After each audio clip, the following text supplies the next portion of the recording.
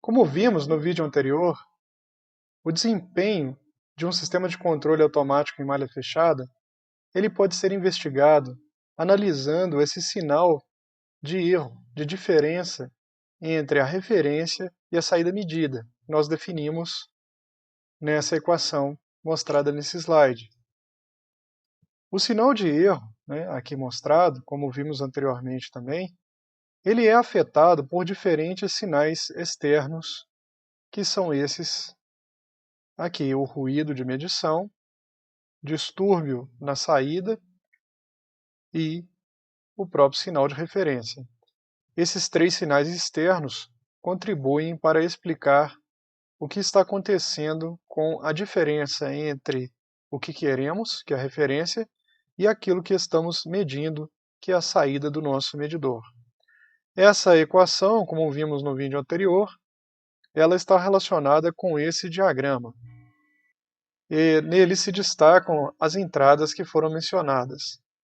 O distúrbio, aqui representado como TD de S, é o que foi chamado naquela expressão de D de S. O sinal de ruído de medição e o sinal de referência. Nós vimos no vídeo anterior que o nosso objetivo é manter a diferença entre o que nós queremos, que é a referência, e aquilo que estamos medindo, que é o sinal de saída no instrumento de medição, manter essa diferença igual a zero sempre. Então, idealmente, nós gostaríamos de ter E de S igual a zero. Entretanto, para isso ser possível, nós precisaríamos ter todas essas três parcelas iguais a zero, e nós argumentamos que, apesar de S mais T, S de S mais T de S serem sempre iguais a 1, afinal de contas S é a função sensibilidade e T de S é a função sensibilidade complementar, a soma das duas é igual a 1, é sempre possível imaginar que os sinais de referência e de perturbação na saída ou na entrada, dependendo de como representamos o sistema de controle em malha fechada, esses sinais eles têm a sua energia concentrada em baixas frequências, e então podemos fazer com que a função sensibilidade tenha valores pequenos nas baixas frequências. Isso automaticamente fará com que a função sensibilidade complementar tenha valores próximos de 1 na baixa frequência, o que significaria que sinais de ruído de medição seriam então facilmente refletidos no sinal de erro. Entretanto, nós não esperamos observar sinais de ruído de medição em baixas frequências, como explicado anteriormente.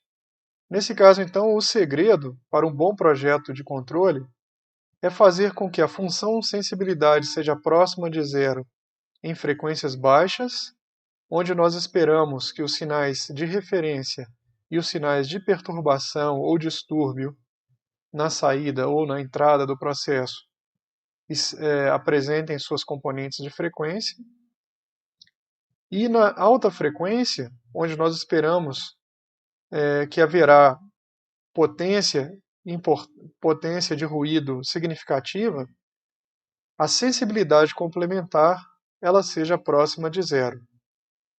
Fazendo assim, nós conseguimos então manter o sinal de erro próximo a zero para todos os valores de frequência. Portanto, nós vemos que para baixas frequências, em que nós queremos que a função sensibilidade ela seja próxima de zero, e como a função sensibilidade é dada por essa expressão, isso significa que o ganho do laço, que é L de S, lembrando, L de S é igual ao produto das funções de transferência do controlador, que é o que nós queremos projetar, do processo que queremos controlar, a função de transferência do processo, que é G de S, vezes a função de transferência do medidor, né? Então, através da alteração dos valores, né, ou a sintonia do controlador, a determinação de C de S, nós conseguimos fazer com que, em baixas frequências, a função sensibilidade seja próxima de zero, desde que nós façamos o ganho do laço suficientemente alto. Aqui está indicado, né, a magnitude do número complexo resultante para cada valor de S igual a J mega, né, para cada valor da magnitude de L de S no domínio da frequência, para baixas frequências, essa magnitude é muito maior do que 1, né, significando um alto ganho em baixas frequências.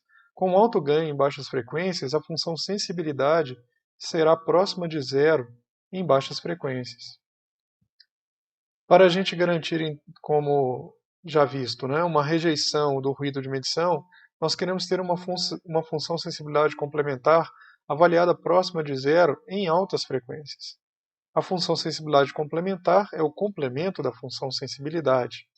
Portanto, quando a função sensibilidade complementar estiver próxima de zero, a função sensibilidade estará próxima de 1.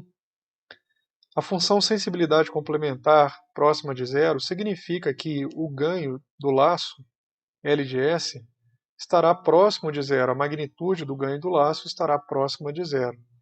Então, os nossos objetivos de garantir um bom desempenho, mantendo o sinal de diferença entre a referência e a saída do medidor, e o sinal de saída do medidor, próximo de zero para todos os valores de frequência possíveis, estão relacionados com a manipulação da função L de S, o ganho da malha.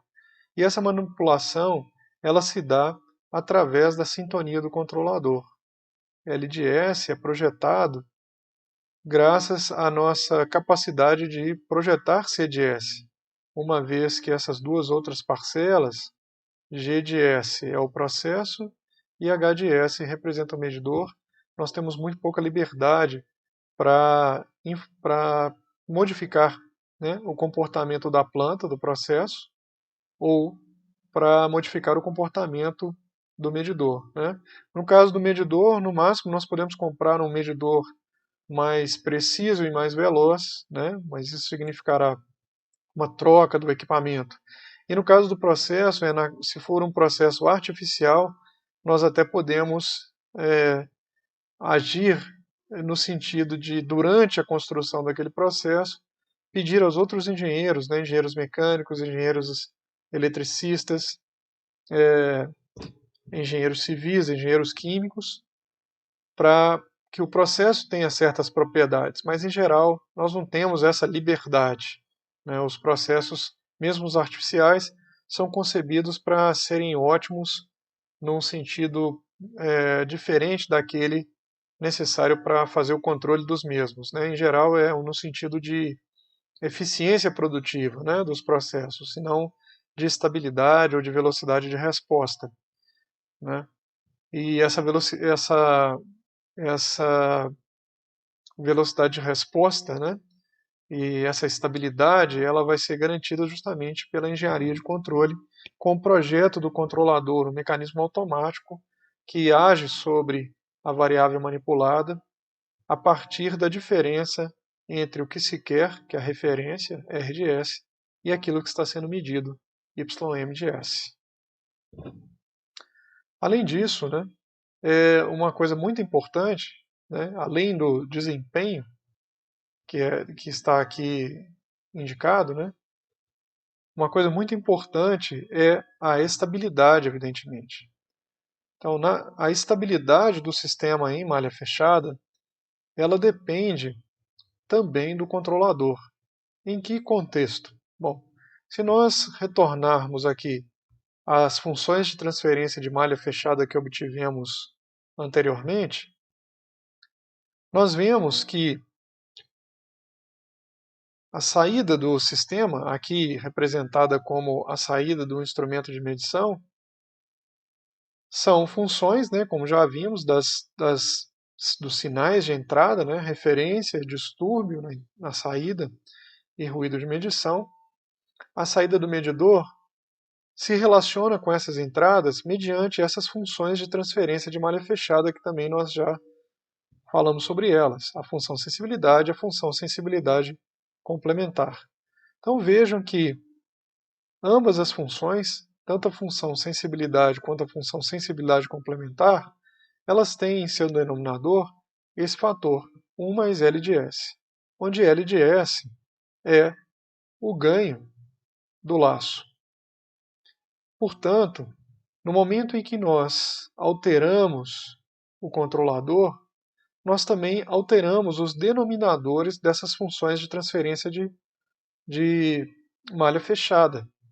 E vocês se lembram, esses denominadores, quando nós os igualamos a zero, nós encontramos os polos das funções de transferência de malha fechada.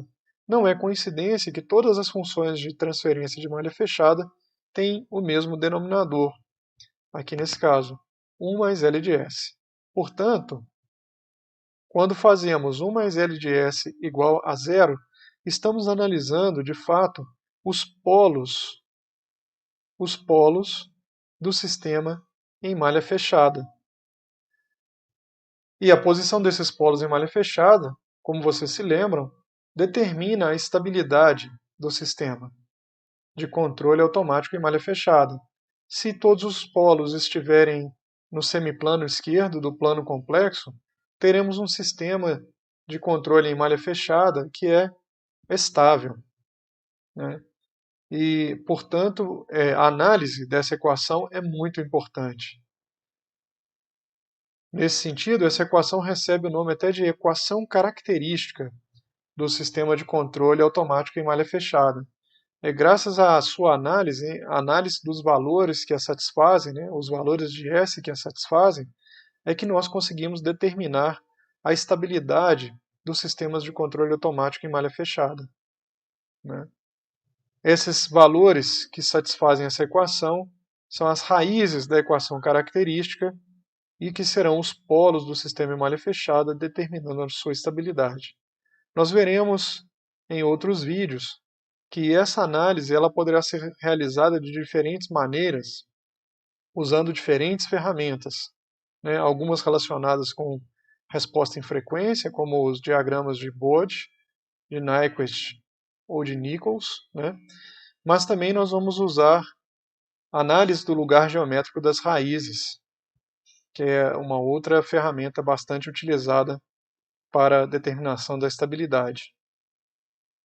Em resumo, o ganho do laço, ou loop gain em inglês, será determinante para a análise de estabilidade do sistema de controle automático em malha fechada, né, mediante a análise dos valores de S que satisfazem a essa equação, chamada de equação característica. E além disso, ele também será, esse ganho do laço, será determinante para a análise de desempenho, né? Nós queremos que o ganho do laço seja muito maior do que 1, que tenhamos um alto ganho em baixas frequências, para garantirmos uma boa capacidade de rastreamento de sinais de referência e rejeição de distúrbios ou perturbações, e ao mesmo tempo queremos que o ganho da função, o ganho do laço, seja pequeno, próximo de zero, para garantirmos imunidade a ruído de medição, né? Um alto ganho em baixas frequências vai significar uma função de sensibilidade próxima a zero, e um baixo ganho do laço em altas frequências vai significar uma função sensibilidade complementar próxima de zero, né? Essa situação ela é atingida, né, mediante o projeto do controlador. Projetando a função de transferência do controlador, é que nós vamos perseguir esses três objetivos, né? O posicionamento adequado dos polos de malha fechada e um desempenho adequado de rastreamento de sinais de referência, rejeição de distúrbios ou perturbações na entrada ou na saída do processo, e de rejeição de ruído de medição. Graficamente, esses dois objetivos aqui, e também o objetivo de estabilidade, como nós vamos ver em outro vídeo, eles podem ser representados nesse gráfico. Neste gráfico, nós estamos mostrando a magnitude da função de transferência de laço aberto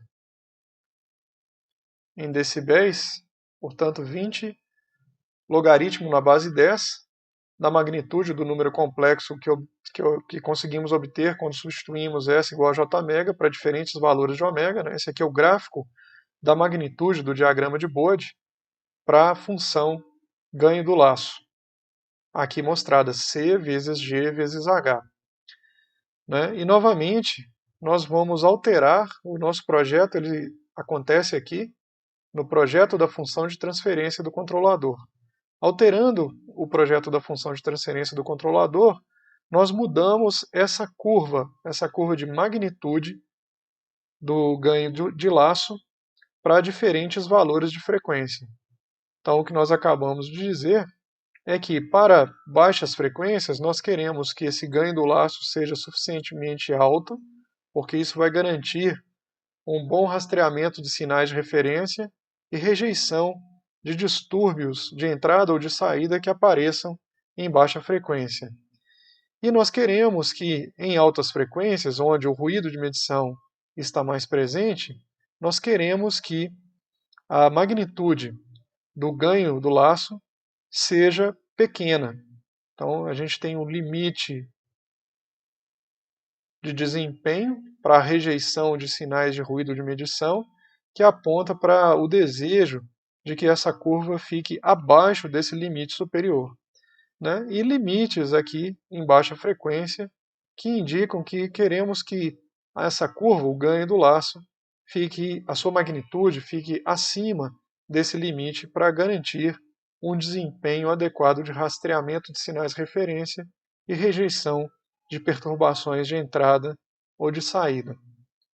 Nós vamos ver também, posteriormente, que essa região aqui, a região em que a magnitude da função de transferência do laço, ou seja, o ganho do laço, o intervalo de frequências, né, em que essa magnitude cruza o eixo do diagrama de Bode, da magnitude, ou seja, o eixo de 0 decibéis, né, esse ponto aqui de cruzamento, essa região, né, que contém esse ponto, é uma região importantíssima para a determinação da estabilidade em malha fechada. Então, os zeros da equação característica, que nós vimos antes, que determinam a estabilidade, pois são os polos das funções de transferência de malha fechada, eles também modificarão as condições de ultrapassagem da magnitude dessa função, o ponto de cruzamento dessa função pelo eixo de 0 dB, mas nós vamos ver isso em outro vídeo.